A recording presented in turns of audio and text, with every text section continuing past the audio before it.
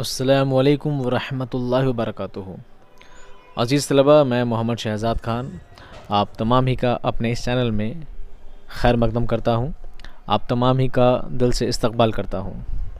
उम्मीद करता हूँ आप सभी खैर आफ़ियत से होंगे और इस उम्मीद के साथ कि अल्लाह ताला आपको खुश व खुर्रम वाली और खैर आफ़ियत वाली ज़िंदगी अता फ़रमाए, ऐसी मेरी दुआ है। प्यारे बच्चों, आज जो हम आपके लिए टॉपिक लेकर आए हैं, ये टॉपिक आपके लिए बहुत ही ज़्यादा इम्पॉर्टेंट टॉपिक है। ठीक है, ये टॉपिक है गज़ल से रिलेटेड। ये क्लास 9th में, 10th में, 11th में, 12th में, ये चारों ही क्लास में ये टॉपिक बहुत ज़्यादा अहम टॉपिक रहा जाता है। ये ना सिर्फ CBSE में बल्कि RBSE में, जैक बोर्ड में, UP बोर्ड में, ठीक है, जहाँ पर भी उर्दू निसाब चला करता है, जहाँ पर भी उर्दू का सब्जेक्ट रहता है, उन सभी कोर्स A में, कोर्स B में, चाहे वह कोर हो, चाहे इलेक्टिव हो, चाहे कंपलसरी हो, चाहे ऑप्शनल हो, गज़ल से रिलेटेड सवाल हमेशा आते रहे हैं और आते रहेंगे, क्योंकि गज़ल उर्दू की बहुत ही अहम सिन्फ मानी जाती है। अगर छोटी क्लासों की बात की जाए, सानवी स्तर तक, 9-10th तक बात की जाए, तो छोटे सवाल ही आते हैं कि मतला किसे कहा जाता है, मख्ता किसे कहा जाता है, रदीफ़ या काफ़िया किसे कहा जाता है, सिर्फ इतने ही सवाल आते हैं। लेकिन अगर आला दर्जे की बात की जाए, 11-12th की बात की जाए, तो मतला, मख्ता, रदीफ़, काफ़िया के अलावा एक और पूछा जाता है, वो होती है बहर। बहर कहते हैं माप को, तौल को, वज़न को। ठीक है, गज़ल को मापने तौलने की जो मीटर होता है, जो पैमाना होता है, उसे ही बहर कहा जाता है। तो यहाँ हम जो टॉपिक आपके लिए लेकर आए हैं, मतला, मख्ता, रदीफ़ और काफ़िया, हम इन चारों की पहचान कैसे करेंगे और ये किसे कहा जाता है, ये चारों नाम किस चीज़ के हैं, गज़ल में कैसे इम्पॉर्टेंट वर्ड हैं, इनके बारे में हम पूरा वीडियो आपके लिए बनाया है और मैं उम्मीद करता हूँ ये वीडियो आपके लिए बहुत बहुत ज़्यादा मुफीद साबित होगा। तो आपका वक्त ज़्यादा ज़ाया न करते हुए हम बारी बारी चलते हैं एक एक सिन्फ की तरफ, एक एक टॉपिक की तरफ। सबसे पहले हम जानेंगे मतला की तारीफ़, उसके बाद मख्ता, फिर रदीफ़, फिर काफ़िया। बारी बारी हम चारों के बारे में जानने की कोशिश करेंगे। सबसे पहला टॉपिक आता है मतला। मतला लफ्ज़ को जानने के लिए सबसे पहले इस लफ्ज़ के बारे में जानेंगे। मतला लफ्ज़ बना है तुलू से। मतला लफ्ज़ बना है तुलू से। आपने सुना होगा तुलू आफ्ताब, गुरूब आफ्ताब। तुलू आफ्ताब यानी सूरज उगने का टाइम, गुरूब आफ्ताब यानी सूरज डूबने का टाइम। ठीक है, सूरज डूबने का वक्त। तो तुलू आफ्ताब यानी आफ्ताब के, सूरज के उगने का टाइम, सूरज के तुलू होने का टाइम, तुलू होने का वक्त, शुरू होने का वक्त। तो मतला का मतलब भी है जहाँ से गज़ल तुलू हो रही है, जहाँ से गज़ल शुरू हो रही है, वो कहलाता है मतला। ठीक है, इसे परिभाषा में इसकी इंट्रोडक्शन से समझिए। गज़ल का पहला शेर मतला कहलाता है और उसके दोनों मिसरे हम रदीफ़ और हम काफ़िया होते हैं। अगर गज़ल के पहले शेर के बाद दूसरा शेर भी रदीफ़ व काफ़िया की पाबंदी के साथ आए तो उसे हुस्न मतला या मतला सानी कहा जाता है। मसलन, अश्क आँखों में कब नहीं आता, लहू आता है जब नहीं आता। ठीक है, ये इसका एक एग्ज़ाम्पल है। अब इसको, बात को ढंग से समझने की कोशिश करें। मतला किसे कहते हैं? गज़ल का पहला शेर, गज़ल का पहला शेर जहाँ से गज़ल शुरू हो रही है, तो वो शेर क्या कहलाता है? मतला कहलाता है, जहाँ से गज़ल शुरू हो रही है। अब उस शेर की पहचान क्या है? अब उस शेर की पहचान क्या है? पहचान ये है कि गज़ल का पहला शेर, देखो शेर किसे कहते हैं? एक मिसरा, एक पंक्ति, एक सेंटेंस है तो कहलाता है मिसरा। दो सेंटेंस मिलकर क्या बनते हैं? दो पंक्ति मिलकर, दो वाक्य बनकर क्या बनते हैं? शेर बनते हैं।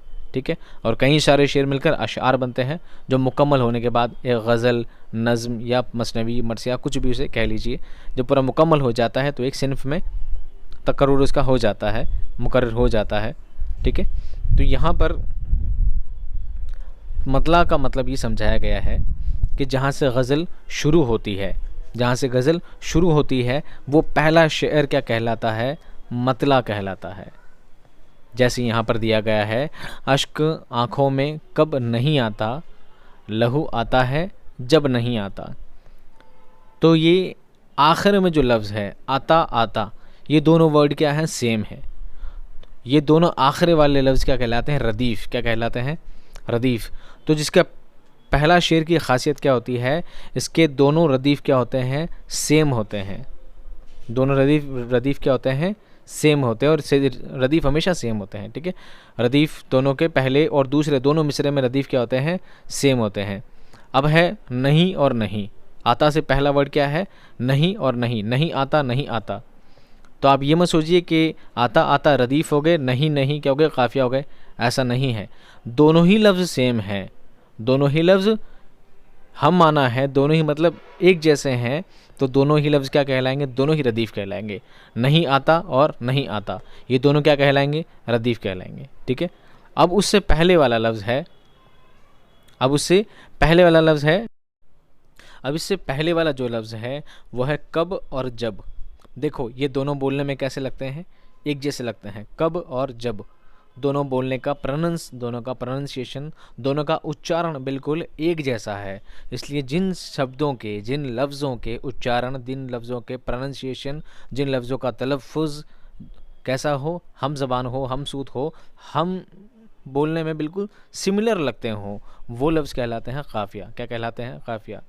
तो यहाँ मैं सिर्फ बता रहा था मतला किसे कहते हैं। मतला की शर्त है कि पहले मिसरे में और दूसरे मिसरे में, दोनों ही मिसरे में हम काफ़िया और हम रदीफ़ हों। यानी पहले में भी कब नहीं आता और दूसरे में भी जब नहीं आता, यानी दोनों में काफ़ी की पाबंदी भी है और क्या है, रदीफ़ की पाबंदी भी है। नहीं आता नहीं आता दोनों में है। इसके बाद जो शेर आएंगे, ठीक है, इसके बाद जो शेर गज़ल में आगे आएंगे, उसमें ज़रूरी नहीं है कि ऊपर वाली मिसरे में, ऊपर वाले मिसरे में नहीं आता आना ज़रूरी नहीं है, लेकिन दूसरे मिसरे में नहीं आता आना ज़रूरी है। ठीक है, तभी जाकर वो गज़ल कहलाएगी। लेकिन पहले मिसरे में और दूसरे मिसरे में दोनों में अगर सेम एक जैसा ही रदीफ़ आता है, एक जैसा ही काफ़िया आता है, तो वो कहलाएगा मतला। अब ये शर्त अगर इसके बाद वाले शेर में भी हो जाए, पहले शेर में भी कब नहीं आता, पहले मिसरे में कब नहीं आता, दूसरे मिसरे में जब नहीं आता, तो ये नहीं आता पहले और दूसरे दोनों मिसरे में आया है, इसलिए कहलाया मतला। इसके बाद जो दूसरा शेर आया है उसमें भी अगर ऐसा ही हो, उसमें भी अगर ऐसा ही हो कि पहला मिसरा और दूसरा मिसरा दोनों में ही रदीफ़ सेम है, तो वो कहलाएगा हुस्न मतला या कहलाएगा मतला सानी। ठीक है, इतना डिटेल में जाने की ज़रूरत नहीं है, वो कहलाएगा हुस्न मतला या मतला सानी। और वैसे ज़रूरी नहीं है सिर्फ पहले मिसरे में दूसरा कुछ भी लफ्ज़ आ सकता है, लेकिन उसके दूसरे मिसरे में आखिर का लफ्ज़ उसका रदीफ़ ज़रूर सेम होगा, तभी वो गज़ल कहलाएगी। तो ये था मतला। मतला किसे कहते हैं, गज़ल के पहले शेर को मतला कहा जाता है, जिसमें हम रदीफ़ और हम काफ़िया इस्तेमाल किए जाते हैं, वो मतला कहलाता है। ठीक है, अब आते हैं दूसरे टॉपिक की जानिब। गज़ल के लिए जो दूसरा लफ्ज़ हमारे लिए जानना ज़रूरी है वो है काफ़िया। क्या है, काफ़िया। पहला लफ्ज़ था मतला। मतला किसे कहते हैं, मतला किसे कहते हैं, गज़ल का पहला शेर जिससे गज़ल तुलू होती है, गज़ल जहाँ से शुरू होती है वो पहला शेर मतला कहलाता है। अब आता है काफ़िया। पहले इसकी परिभाषा, इसका इंट्रो जान लेते हैं, उसके बाद हम इसको तफसील से समझाने की कोशिश करेंगे। गज़ल के मतला के दोनों मिसरों में और उसके बाद आने वाले अशार के दूसरे मजमूए के आखिर में आने वाले हम वज़न अल्फाज के मजमूए को काफ़िया कहते हैं। ये गज़ल के लिए लाजमी है। उदाहरण, इसका एग्ज़ाम्पल, ज़िंदगी है तो बहरहाल बसर भी होगी, शाम आई है तो आए कि सहर भी होगी। ठीक है, जैसा कि इसमें इंट्रो में बताया गया है, काफ़िया किसे कहते हैं, हम वज़न यानी बोलने में जिनका उच्चारण एक जैसा हो, बोलने में जिनका प्रोनंसिएशन एक जैसा हो, उस लफ्ज़ को क्या कहा जाता है, काफ़िया। अब वो काफ़िया कब आता है, देखो ये जैसे शेर दिया गया है, ज़िंदगी है तो बहरहाल बसर भी होगी और शाम आई है तो आए कि सहर भी होगी। तो ये भी होगी और भी होगी, ये दोनों लफ्ज़ सबसे आखिर में हैं, इसलिए ये दोनों ही लफ्ज़ क्या कहलाएंगे, रदीफ़ कहलाएंगे। इनसे जस्ट पहले आने वाला लफ्ज़ जो हम वज़न है या जो बोलने में बिल्कुल सिमिलर सा हो, बोलने में जो एक जैसा नज़र आता हो, वो लफ्ज़ कहलाते हैं काफ़िया। अब इसकी शर्त क्या है?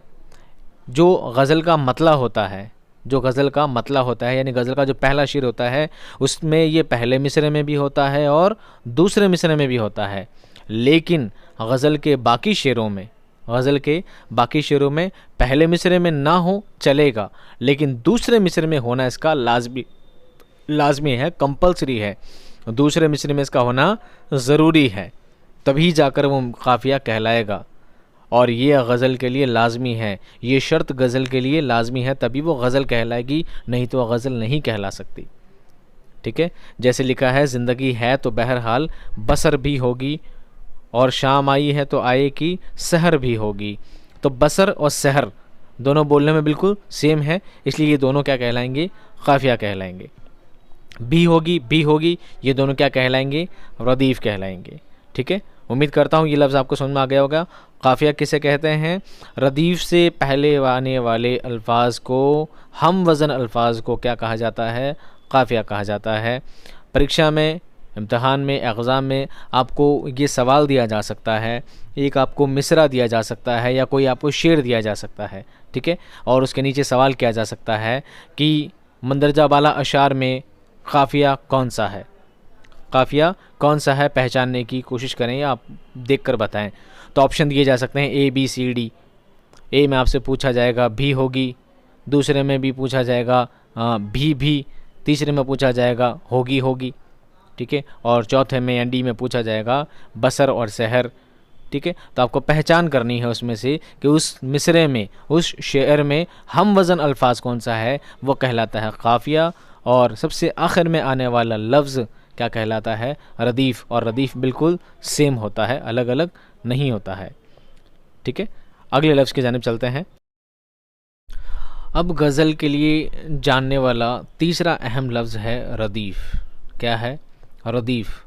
अब रदीफ़ किसे कहते हैं समझिए, पहले मैं पढ़ता हूँ। गज़ल के मतला के दोनों मिसरों में और बक़िया अशार के दूसरे मिसरे में आने वाले एक जैसे अल्फाज या हरकत को रदीफ़ कहते हैं। यह गज़ल के लिए ज़रूरी नहीं, बग़ैर रदीफ़ की गज़ल गैर मुरद्दिफ़ गज़ल कहलाती है। ठीक है, ये जो टर्म है ये बहुत ज़रूरी तो नहीं, लाजमी तो नहीं है। बग़ैर रदीफ़ की गज़ल भी हुआ करती है, लेकिन गज़ल इसी पैटर्न में, इसी फॉर्म में लिखी जाती है। पुरसिशे गम को वो आए तो एक आलम होगा, दीदनी कैफियत कल्ब व जिगर भी होगी। ठीक है, पुरसिशे गम वो आए तो एक आलम होगा, दीदनी कैफियत कल्ब व जिगर भी होगी। अब फिर दूसरे मिसरे में आया भी होगी। रदीफ़ किसे कहा जाता है? गज़ल के पहले शेर में, यानी गज़ल के मतला में, गज़ल के पहले शेर में सबसे आखिर में आने वाले, सबसे लास्ट में आने वाले एक जैसे अल्फाज को रदीफ़ कहा जाता है। तो मतला में तो पहले मिसरे में, यानी पहले मिसरे और दूसरे मिसरे दोनों में ही, दोनों लाइंस में ही वर्ड, दोनों लफ्ज़ क्या होंगे? सेम होंगे, एक जैसे होंगे। लेकिन गज़ल के बकिया शेरों में, गज़ल के बाकी शेरों में पहले मिसरे में वो वर्ड, वो लफ्ज़ नहीं होगा तो भी चलेगा, लेकिन दूसरे मिसरे में वो लफ्ज़ आना ज़रूरी है, तभी गज़ल की राइमिंग बैठेगी, तभी गज़ल की तरह पढ़ी जाएगी। जैसे मैंने इससे पहले जो शेर पढ़ा था, ये उसके बाद वाला शेर है। पहला शेर था, ज़िंदगी है तो बहरहाल बसर भी होगी, शाम आई है तो आए कि सहर भी होगी। ठीक है, तो भी होगी दोनों में था, पहले मिसरे में भी होगी था, दूसरे में भी होगी था। इससे पता लगता है कि वो क्या था? गज़ल का मतला था। गज़ल का क्या था? मतला था। अभी उस गज़ल का दूसरा शेर है, पुरसिशे गम को वो आए तो एक आलम होगा। अब यहाँ भी होगी नहीं है, यहाँ क्या हो गया? आलम होगा, यानी दूसरा कोई भी वर्ड लिया जा सकता है, लेकिन इसका दूसरा मिसरा है तो दीदनी कैफियत क़ल्ब व जिगर भी होगी, इसमें वापस भी होगी आ गया। यानी इसके बाद जितने भी शेर आएंगे, इसके बाद जितने भी शेर आएंगे सभी में पहले मिसरे में तो कुछ भी वर्ड ले लिया जाएगा और दूसरे मिसरे के आखिर में वो लफ्ज़ आखिर में ले लिया जाएगा, भी होगी भी होगी भी होगी, और वही क्या कहलाएगा, रदीफ़ कहलाएगा। बात समझ रहे हैं ना आप? मैं एक टॉपिक और ले लेता हूँ, फिर मैं आपको डिटेल में और लास्ट में सब बात ध्यान से समझा दूँगा। तो गज़ल के मतला में पहले और दूसरे दोनों मिसरों के सबसे आखिर में आने वाले एक जैसे अल्फाज या हरकत को क्या कहा जाता है, रदीफ़ कहा जाता है। तो मतला के दोनों मिसरों में होता है और गज़ल के बकिया शेरों में दूसरे मिसरे के आखिर में होना इसका लाजमी होता है और यही रदीफ़ कहलाता है। बिना रदीफ़ की गज़लें भी होती हैं जो गैर मुरद्दिफ़ गज़लें कहलाती हैं, लेकिन गज़ल इसी फॉर्म में, इसी पैटर्न में लिखी जाती रही हैं। अब आते हैं हम आखिरी वाले लफ्ज़ पर जो हमारे लिए जानना ज़रूरी है। अब गज़ल का चौथा इम्पॉर्टेंट लफ्ज़ जिसका नाम है मक़ता। क्या है? मक़ता। मक़ता किसे कहा जाता है? मक़ता किसे कहा जाता है? पहले इसकी इंट्रोडक्शन पढ़ेंगे, इसकी तारीफ़ पढ़ेंगे, उसके बाद आपको समझाया जाएगा। गज़ल के आखिरी शेर को मक़ता कहा जाता है जिसमें शायर अपना तख़ल्लुस इस्तेमाल करता है। बाज़ शायर इसका एहतमाम करता है कि मक़ता में ऐसा मज़मून अदा हो जिसमें तख़ल्लुस की मानवियत का भी फ़ायदा हो सके। मसलन, उम्र तो सारी गई इश्क़ बिता में मोमिन, उम्र तो सारी गई इश्क़ बुता में मोमिन, आखिरी वक्त में क्या खाक मुसलमान होंगे। ये मक़ता किसे कहा जाता है? गज़ल का वो शेर, गज़ल का पहला शेर मतला कहलाता है, तो गज़ल का आखिरी शेर क्या कहलाता है? मक़ता कहलाता है। सीधी सीधी ज़बान में यह कह सकते हैं कि गज़ल का आखिरी शेर क्या कहलाता है? मक़ता कहलाता है। लेकिन मक़ता की भी कुछ पहचान है, मक़ता की भी कुछ क्या है? पहचान है। अक्सर देखा जाता है कि मक़ता किसे कहते हैं? गज़ल का जो आखिरी शेर होता है उसमें शायर अपना तख़ल्लुस इस्तेमाल करता है। वो शेर कुछ इस तरह लिखा जाता है कि शायर उसमें क्या करता है? अपना तख़ल्लुस इस्तेमाल किया जाता है, अपना तख़ल्लुस लिखता है। अब आप कहोगे तख़ल्लुस किसे कहते हैं? तो देखो, एक शायरी लिखने वाला कभी भी अपनी शायरियों में अपना नाम, एक अलग नाम इस्तेमाल करता है जिससे उसकी पहचान होती है। जैसे यहाँ पर एक शेर दिया गया है, उम्र तो सारी गई इश्क़ बुता में मोमिन, आखिरी वक्त में क्या खाक मुसलमान होंगे। तो यहाँ पर मोमिन के ऊपर एक देखो लाइन बनी हुई है, इसको बोलते हैं तख़ल्लुस। इसे क्या कहते हैं? तख़ल्लुस की अलामत है ये क्या है? तख़ल्लुस की अलामत है। इससे पता लग जाता है कि ये मोमिन का शेर है। ये किसका शेर है? ये मोमिन का शेर है। और जिस शेर में तख़ल्लुस का इस्तेमाल होता है, जिस शेर में शायर अपना तख़ल्लुस इस्तेमाल करता है, अपना नाम लिखता है, तो उसे ही मक़ता कहा जाता है। ठीक है? किसी शेर में शायर का तख़ल्लुस लिखा जाता है तो किसी में अलामत लगाई जाती है, किसी में अलामत नहीं लगाई जाती। लेकिन आपको फिर भी पता लगाना है, अगर आपको शायर का नाम पता है, ये मोमिन के ऊपर तख़ल्लुस लगाया, तो आपको पता है मोमिन एक शायर है। ठीक है? मोमिन खां, मोमिन उनका नाम है मोमिन खां, लेकिन मोमिन क्या लगाते हैं? अपना तख़ल्लुस लगाते हैं। किसी शायर में मीर लगा होता है, उनका पूरा नाम मीर तकी है, लेकिन वो मीर क्या है? उनका तख़ल्लुस है। गालिब अपना तख़ल्लुस गालिब लगाते हैं। अब सब सोचते हैं गालिब साहब का नाम गालिब है, नहीं, गालिब साहब का नाम असदुल्ला खां है। क्या नाम है उनका? नाम सैयद असदुल्ला बेग खां, पूरा नाम उनका सैयद असदुल्ला बेग खां। लेकिन उनके नाम से हटकर उन्होंने क्या इस्तेमाल किया? गालिब। क्या इस्तेमाल किया? गालिब। ऐसे ही अल्ताफ़ हुसैन है, लेकिन तख़ल्लुस इस्तेमाल करते हैं हाली।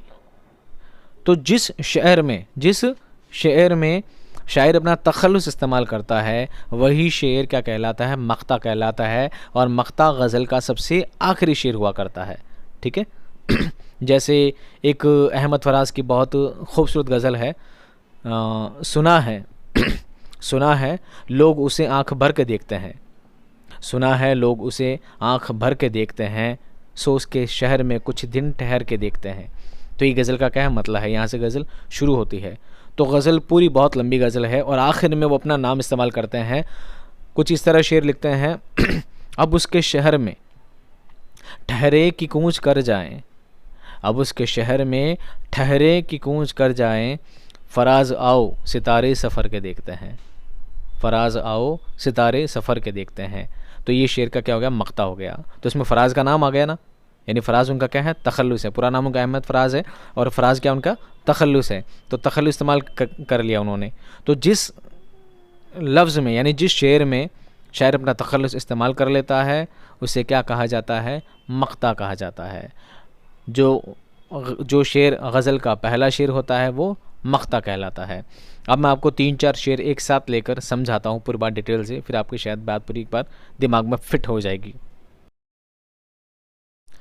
देखिए अब हम इन 3 शेरों को लगातार पढ़ेंगे और रदीफ़, काफ़िया, मतला, मक्ता, इन सभी को एक साथ जानने की कोशिश करेंगे कि अगर आपको एक गज़ल दे दी जाए तो आप किस तरह अंदाज़ा लगाओगे कि रदीफ़, काफ़िया, मतला, मक्ता की पहचान कैसे होती है। ठीक है, देखिए, ज़िंदगी है तो बहरहाल बसर भी होगी, शाम आई है तो आए कि सहर भी होगी।